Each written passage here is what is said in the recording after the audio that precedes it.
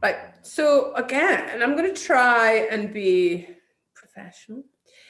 So earlier this morning, with our practice, I introduced a little new thing. I always like, it's really nice to pop in something that's going to help open up something, in your practice. So we did a kind of variation of the crescent moon pose with allowing the psoas to open up a little bit. You remember I was like, oh, was it this arm? It's because I was really trying to think about what I was going to say about the psoas muscle. I was multitasking two conversations in my head. So anyway, so by working with raising one arm up in and then doing that lateral into, so sorry, the whatever your knee is, you're taking it over. So you're stretching over to really get that stretch. Try it in your personal practice so you get the feel of it. I think this is the thing.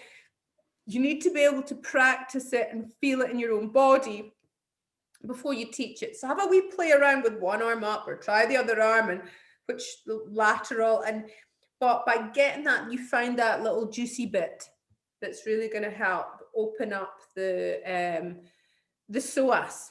Okay, if you're wanting to like read, this is me and my, oh, here's another book for you to read, guys. This one is a really good book, The Vital Psoas Muscle. So it's connecting physical, emotional, and spiritual well-being. So it's by Joanne Stogard Jones.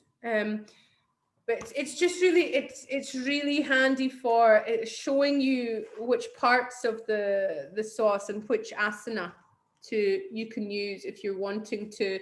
You could do a theming class on the psoas. The psoas is sometimes known as the muscle of the soul. So so we're going to speak about that, and I'm going to share the screen with you. Here we go. Share. Okay, oh, I can see you now. I've managed to work it so I can see you all. Okay, so we've got the psoas muscle here, and it's a very, very long muscle. Now, if some sporty people, they tend to have like quite tight psoas muscle, so that's why it's a good thing to practice yoga as well. Because I don't really walk very much, and I should go out and about and do more of that sort of thing. But I find that if I do any running, walking, I'll get really tight in my psoas muscle because my psoas is actually quite flexible and quite stretched because I practice so much yoga and I don't do enough strengthening in it. So I need to go the other way from a yogic therapy perspective, which brings me to another book that, I had to study for my 500 hours. It's Mukinda Styles. It's a yoga therapy book, and that's if you really want to. It's a really good handbook to have if you've got a lot of one-to-one students. And now we're not really working with big groups of people as much anymore. And if we're going to see people in real life, it might be that it might have to be one-to-ones. And I know, Kerry, you work with a lot of one-to-ones as well.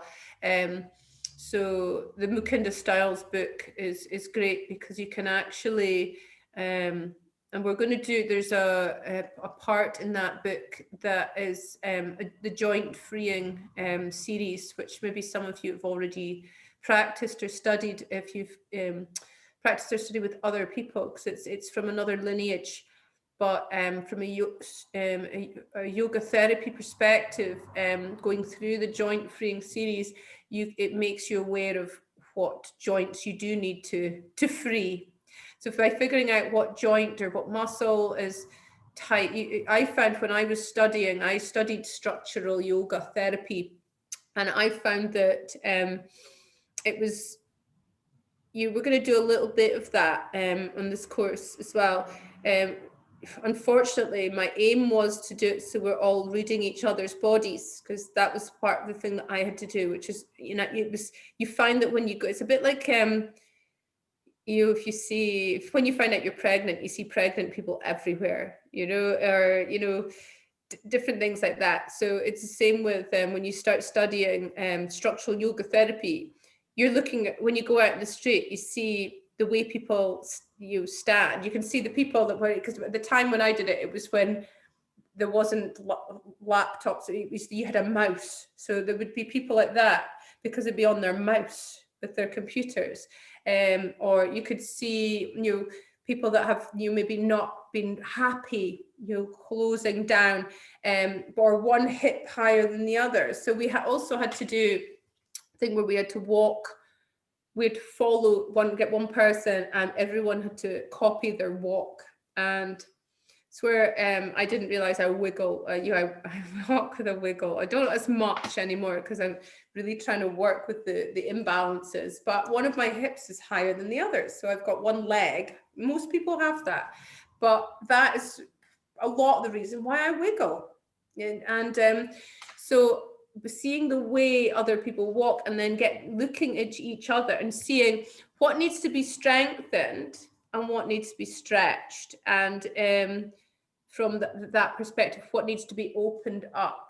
So you have people who are like violin players. I had a one-to-one violin player for a while, so that was an interesting thing to work with their shoulders. So that's something that to look at as well. So people that are really quite sporty end up having tight psoas muscles, and people who are like doing a lot of the stretchiness that are into their yoga, but also the yin and all that sort of stuff, they tend to maybe have but it's not good to have a really loose psoas either, so, but it's a really intricate muscle, and it's also relevant that that there's actually it's also related to the digestive system, somatic system as well, so that fight or flight, so it's all, so there's all that tightens up if you're stressed out too. Okay, so we say that your hips tend to be less open if you're stressed out, and it can be interrelated to the psoas.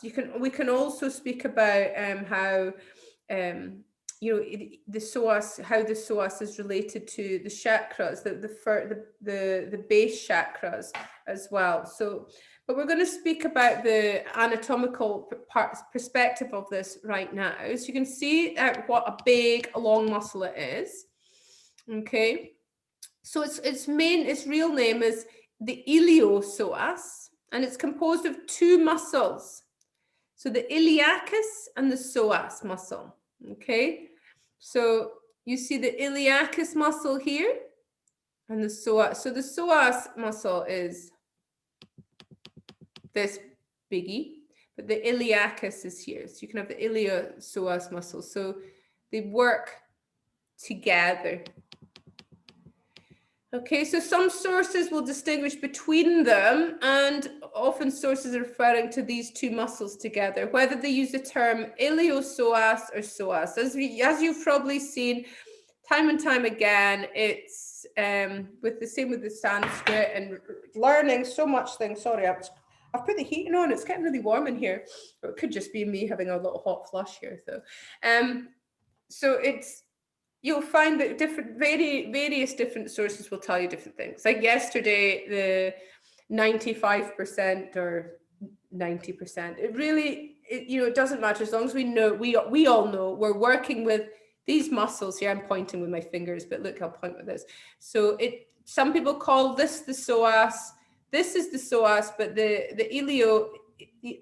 iliacus is also included in a lot of terms. So we're using the whole word psoas to mean both of these muscles. Okay. So in addition, there's technically a psoas major and a psoas minor. So a lot of you guys have studied this already with the David Keel. So with the David Keel anatomy. So I think it's just so far it's like Angela and Laura have completed it, haven't you guys? Yeah. Yeah. So there's a this is the, I'm not going to read you all the different anatomy things, but so the psoas muscles are, they're really deep muscles as well.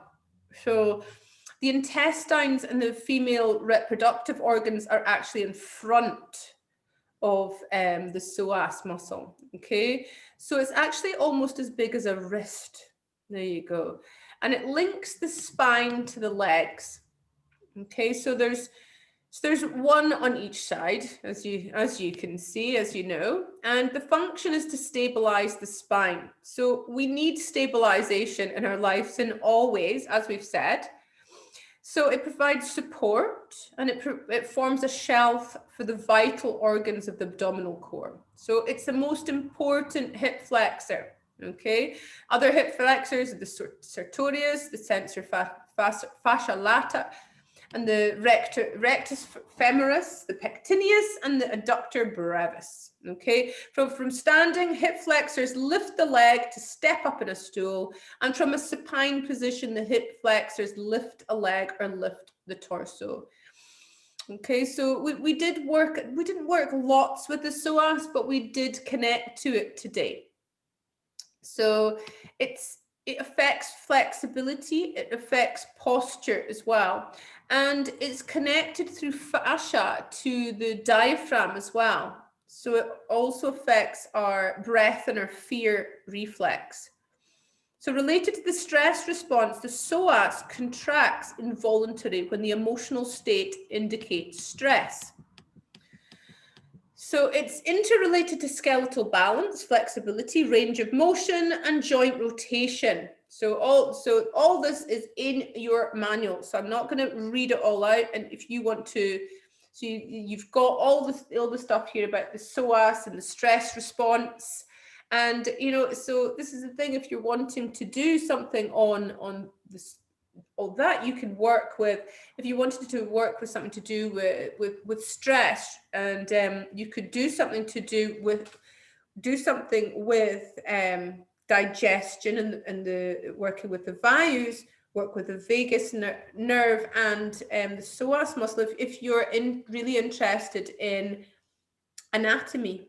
You can use anatomy as part of a stress thing, and I think that's sporty people and people who aren't into the more esoteric things might enjoy that a bit more. So here's another, I'm pointing with my finger again, so here's another picture. I think sometimes just seeing the picture gets you to see it in real life. So so there's key issues here. So constantly flexed hips, you can see is excessive sitting. It shortens the hip flexors, so it pulls the pelvis forward, and it causes a low back compression and lordosis and knee issues.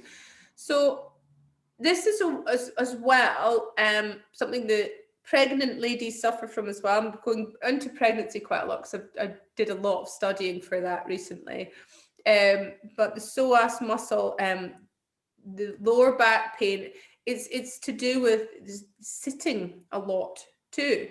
So and like when you've got flexible, so you can have floor with if there's an issue with your hamstrings as well, and also there's also with your glutes as well. You see, I'm going to stop the share just now, you don't really need this bit. So you see women with flat bums. And I remember, I knew when Levi was little, Levi saying to me, I just had Kaya actually, so it must have been something similar along that way. I remember Levi saying to me, Mum, why do you have a really flat bum? No, I hadn't really looked at my bum, I hadn't noticed, but yeah, it was flat. And it was like I'd lost the muscle tone in my bottom, but it was everything because I'd been holding everything in pregnancy, and there'd been a lot of sitting, and there was a lot of problems with it. They'd left the placenta in after I had Kaya, and then I had an operation to remove that, and then they had a post-operation infection and hemorrhaged, and so I was back and forth and in hospital a lot with a newborn baby, so I wasn't moving about. And so actually, what happens, you get back issues as well when everything's not holding itself up together. So that's something to be aware of as well. So where's all my things here to speak about issues. Oh, here we go. I'm totally. Where's Psoas? There it is. I've gone and mixed it all up. So we're going to think about how we work any issues with the psoas. So tension in the psoas muscle can be asymmetrical, so it leads to additional issues due to the body's compensation. So this is where when we're working with asana, you can figure out where your imbalances are, and you always try and come into a symmetrical after asymmetry. So you can, a weak psoas with tight hamstrings can flatten your lumbar curve, and tension in the psoas can be, so I've just said that. So if you've got a tight psoas as well, it affects your breathing, and it triggers the stress response. So you find that people that sit in an office a lot, their psoas tightens up. It affects the breathing because it's connected to your diaphragm, and then it all kind of comes from there. And as we said today about breathing, a lot of your immune system, your thymus gland, the reason why it stops working when we become teenagers or as we age is because we're not breathing correctly. So we need to get our psoas muscles a bit more flexible to help us with breathing, so we don't trigger our stress, our stress response. So, and if your psoas is out of balance, it's going to contribute to low back pain and pelvic pain as well. Okay, and pelvic pain is a good asana to work with for pelvic pain is malasana. Malasana is a really good go-to for that. But we're speaking about the psoas just now. So let's look at the wide-ranging impact of the psoas muscle. So you need a functional psoas to recover from symptoms and conditions such as the lower back pain, sciatica, excessive menstrual cramping, hip socket tension, groin pain, scoliosis, knee, neck, and ankle tension. So they're all interrelated there too. Bladder disturbances and digestive upsets. Okay. So if the hip is constantly kept in a flexed position, like sitting for hours a day, every day, the hip flexors are going to shorten and shrink, and it limits your ability to fully extend and straighten the hip. So if the iliopsoas and other hip flexors are tight, they pull down and forward on the pelvis, which tilts the pelvis forwards and compresses the lower back. So picture a man standing with the front of his pelvis tilting forward and his tailbone lifting. To stand upright, he has to overarch his lower back. And it's so important to make hip flexor stretches part of your daily practice, especially after a long day of sitting. Okay. So chronic contraction of the psoas, whether from stress or repetitive activity, limits the range of movement in the hip sockets, the frequent result of strain in lumbar spine and the knees. When tension in the psoas is asymmetrical, that is, one side is more contracted than the other, the resulting tilt of the pelvis effectively shortens one leg relative to the other and causes compensation up the spine into the neck as the head tries to stay level. So tension also shortens the trunk and reduces room for the viscera. So the organs don't work as efficiently either. On top of that, when the pelvis, spine, and legs are misaligned, the weight of the torso is no longer carried easily through the bones. Stability is compromised, and the psoas ends up trying to stabilize the pelvis rather than moving freely in its hip flexing function. So most yoga practitioners work long and hard to improve their hamstring flexibility, but spend much less time stretching their hip flexors. So eventually the hamstrings lengthen significantly while the hip flexors improve only slightly. So the result is this relatively tight hip flexors tip the pelvis forward because the relatively longer hamstrings no longer exert an equal counter pull in the sit bones.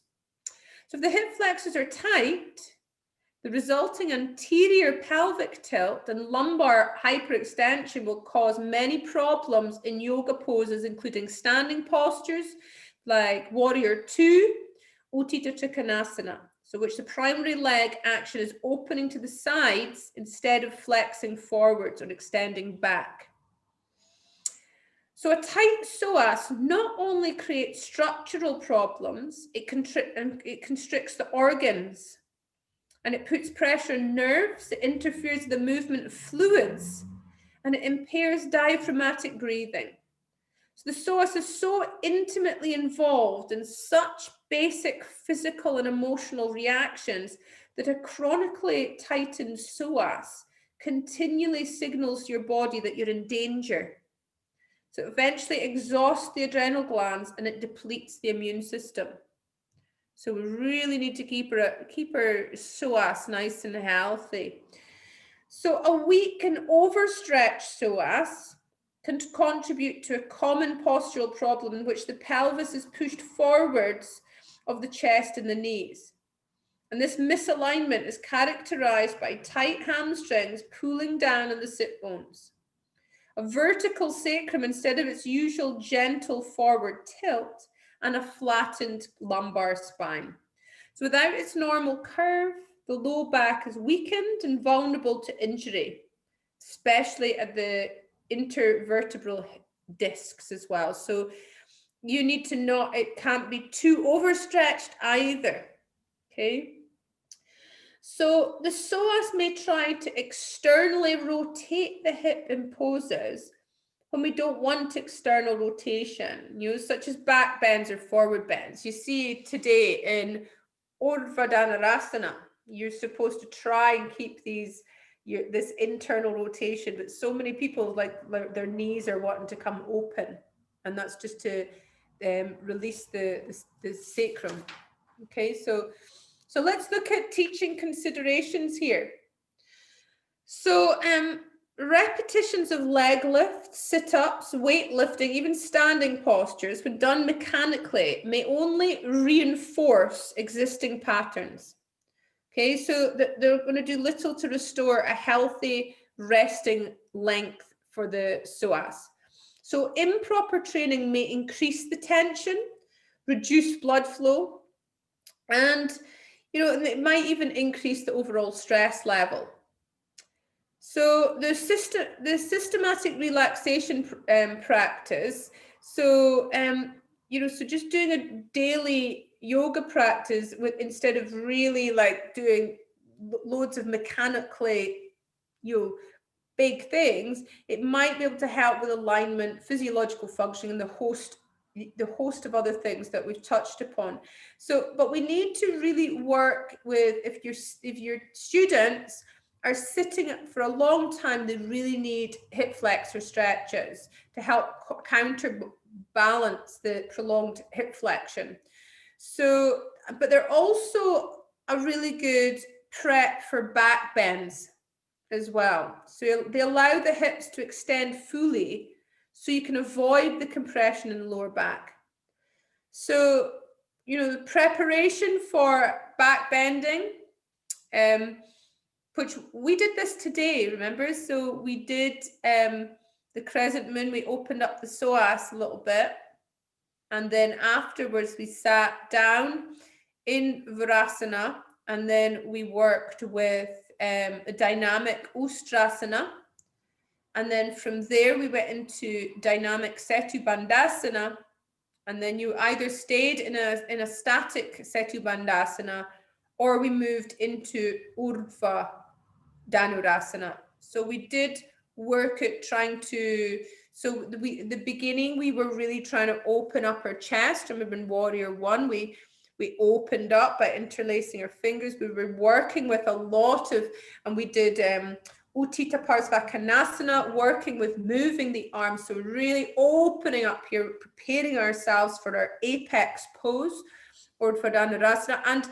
And we worked with getting the psoas open so we could protect the lower back in our back bend.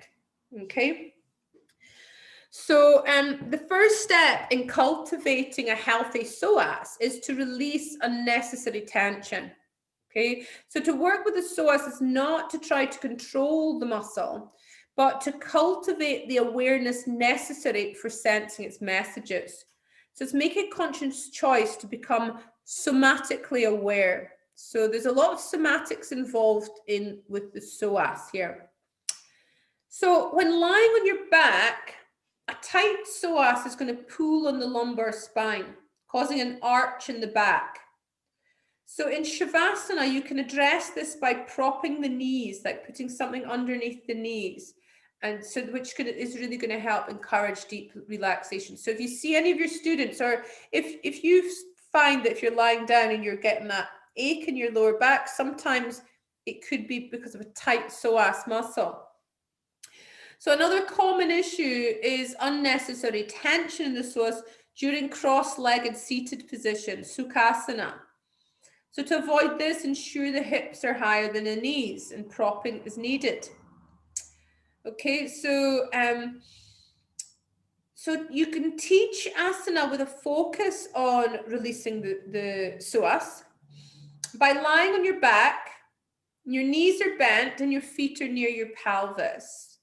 So bring attention to the back of your pelvis and settle deeply into the floor.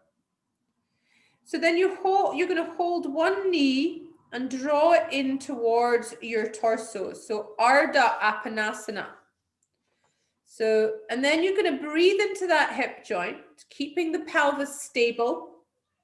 Soften the back of the pelvis into the floor and then slowly stretch the opposite leg out, sliding the foot out, keeping the pelvis still. So don't allow the lower back to arch. So there, I've put in into your manual, there's stuff on the psoas. We've put in a posture, some postures that would help to strengthen the psoas. So that would be Navasana, the boat pose, because that's isometric contraction to you. Supta Padangustasana. So that's the reclined hand to toe pose. So because when the psoas contracts, it's going to pull the femur and the spine closer together. So hip flexion. So if you're lying on your back, contracting the psoas will help lift your leg off the floor. Okay. And then psoas stretching. Today we worked with it, taking it a little bit deeper in a really intricate way. But yeah, crescent moon, some people call it Anjanasana. I was taught it as Eka Pada Raja Kapotanasana 2. There you go. So depends on what lineage or who your teacher is, but that's why I say crescent moon, because I've had loads of trainees say to me, no, my teacher says it's this. And I'm like, okay, it can be that if you want it to be. It's like, it depends what teachers. So there's no, as long as you're not making up the words. I have seen that as well in assessments, people making up their own Sanskrit words. And it's funny normally, but if you're assessing someone, you don't want to be not very kind to them. And it's not, and you can't laugh when they've made up a really silly word. But yeah, so as long as you've been taught it and you look it up and you're like, oh yeah, because there is sometimes different words, different Sanskrit words for the same pose and all of them are right depending on which lineage you come from. Okay. So Setu Bandhasana, bridge pose, is another one to stretch. So we worked with that one as well today before Urdhva Dhanurasana. Pelvic tilting as well, which we did with dynamic Setu Bandhasana. Virabhadrasana, one warrior, one stretches the psoas. So yep. So, and Supta Virasana, reclined hero, is a really strong one. So it's also a bit of a bit of a back bend as well. Okay, so I'm going to speak a little bit more about the psoas here, because sometimes we need to nurture the psoas for emotional release. So imagining to be kind to a muscle. So we never think of being kind to our muscles, do we? We speak about self-care, but we never speak about being kind to it. So society dictates that we work a muscle. So whether in work or play. So this is the main principle in strength training. So, but with the psoas, we can take a different approach because it's probably already tired. So freeing it from so many chores may help to relieve emotional tension and even trauma that's held deep in the core. Okay, so learning how to relax the psoas is really important. So when muscles are relaxed, they begin to affect the rest of the body and the mind. And this is felt during massage and other bodywork modalities and somatics. But it's also experienced when one begins to fall asleep. Oh, I woke myself up. A huge big movement last night. So, oh God, I was just falling asleep and I woke myself up, throwing my body around. So, oh God. So singling out the psoas requires openness and perception. So you guys are all really body aware anyway. So here's a couple of little ways of nurturing your psoas for emotional release. You know, this could also be, this is also kind of what we were doing yesterday with the allegory of the cave. So coming into the fetal position, we were nurturing our psoas, okay? So curling onto one side and closing your eyes and envisioning the psoas major deep within the center of the body, supple and soft. So in this position, it's not doing any work. And instead of being in contraction, it is in rest. So you're thinking of the psoas as a living, breathing organism, circulating fluid and messages in an involuntary way. So it's a deep central part of the body's universe, and it deserves respect and kindness. So another one to nurture the psoas is called the psoas rock. So begin a gentle rock of the pelvis, either in the fetal position or when lying on the stomach. So imagine rocking a baby. So slowing down to stop when it feels right. So visualizing the pathways of the muscle connections, the fascia, tendons, and the nerve innervations down the legs and up the spine. So allowing the mind to receive the subtle calming messages of nurturing and caring from the very, very core. And then you can also work with something called the beginner's mind. So remember how you looked and felt about things as a child.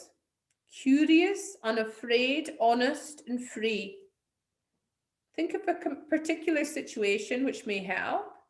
And children live in the present from moment to moment and see and feel things as they do. So not yet knowing or judging. It's a bit like being a curious observer. And imagine the psoas as if for the very first time. Maybe it is your first time. And be open to new possibilities. So muscles do the same thing. So just using the wisdom of the body, just to be aware of the psoas existing. So this is all part of a practice of mindfulness. So it's about paying attention, not trying to control or judge things, and having patience and acceptance. So it's a practice, if you incorporate into your daily life, can have a life-changing effect. So emotional and painful release can take place, but it's about letting go of what you're holding on to again. So we can look at how, so the Psoas you can work with emotional release, you can work with, so there's a lot of somatics involved in it. There's the physical aspects, which we spoke about too. And let's look at the energetics of it now as well. So we're really looking at how it's related to the chakras. So we've got I would say it's really the first three chakras. It is correlated to our working with. So if you're working with you're working with the psoas muscles, I would say the child's pose, you could end the session for a nice stretch on the psoas muscle. The tree pose also works with the psoas muscle, and warrior 1 and warrior 2 as well, and mountain pose, and gomukhasana as well, lotus pose 2, and dandasana, sukhasana as well, seated position. So this is all chakra 1. This is the root chakra. So if you're wanting to work with the root chakra, that is the postures. If you're working to work with the psoas and the chakras, so you could do a psoas chakra practice. Okay, so some pointers for chakra 1 if you're doing a chakra balancing class. So you can try marching, stomping, running on the spot, with the kundalini. The psoas is going to help to balance the transfer of weight. So feeling the self grounding through the earth and connecting to it, and stimulating the feet as well. So you can even do foot stuff. There's that yoga pose that most people go, oh, and don't like, that I don't do very often, that I should do because I don't like my feet, is the one where you sit back and stretch your toes. Oh, yeah. So that works with the first chakra, root chakra. So it's about allowing the survival instinct to take root and flourish. So we're trying to let go of the fight or flight thing, because that's related to chakra 1. So releasing the psoas and giving it a rest as well. So we're speaking about coming into the fetal position as well. But then you can also work with some of the, so you can work with different poses there that you feel works with that. So let's look at the Svadhisthana chakra, the one where so it's about flowing like water. There we go. So so this is like working with the psoas and chakra 2, the cobbler pose. So cobbler pose, Baddha Konasana, seated spinal twists, and forward bends, Uttanasana, Paschimottanasana, Ardha Chandrasana, Prasarita Padottanasana, Uttita Trikonasana, Setu Bandhasana, Ekapada Kapottanasana, that's the pigeon, Ananda Balasana, happy baby. So there's quite a few second chakra ones, but because the psoas is related to the emotions as well, so is the second chakra. Okay, and it's really in the pelvic area, the pelvic bowl. So some pointers for the second chakra here is cooling down, allowing the energy to go inward, receiving, accepting, and adapting, embracing the feminine qualities of openness, intimacy, and vision, being creative and letting things circulate, feeling at ease with the body, and learning to let go. So let's look at the third chakra, Manipura chakra. So this is function meets breath when it comes to the psoas. So as I said, that if it's tight, it affects your breathing. So what we would be working with with the psoas and Manipura chakra would be Bhujangasana, the cobra, Ustrasana, upward facing dog, Urdhva Mukha Svanasana, the fish pose, Matsyasana, and the bow pose, Dhanurasana. Down dog, Adho Mukha Svanasana. And basically the Surya Namaskar, sun salutations as well. So the pointers for chakra 3 for the psoas muscle would be to breathe deeply, but we would do that anyway. Belly laughing with so your tummy, so that feeling when your tummy hurts. Well, so the laughter yoga, when people start laughing, by forcing yourself to laugh, you end up laughing. We could try this afternoon. It'd be quite good fun. I don't know if anyone's ever tried laughter. One of you guys has, I'm sure. Who said that was it one of you guys? One of my trainees told me they were away to go to a laughter yoga class and asked me if I've ever been. I was like, I want to know, but I've never thought to, because I'm always busy. But anyway, we could try it. It's basically, once you start, you pretend that you have to pretend to laugh, and then you end up really laughing, and it releases. So if anyone's watched what's the name of the program? I think Sandra, you watched it. The program of where all the older celebrities went round India, different parts of India, to see if they would retire. What's the name of that? It was based on the Marigold Hotel. It was based on the movie The Marigold Hotel.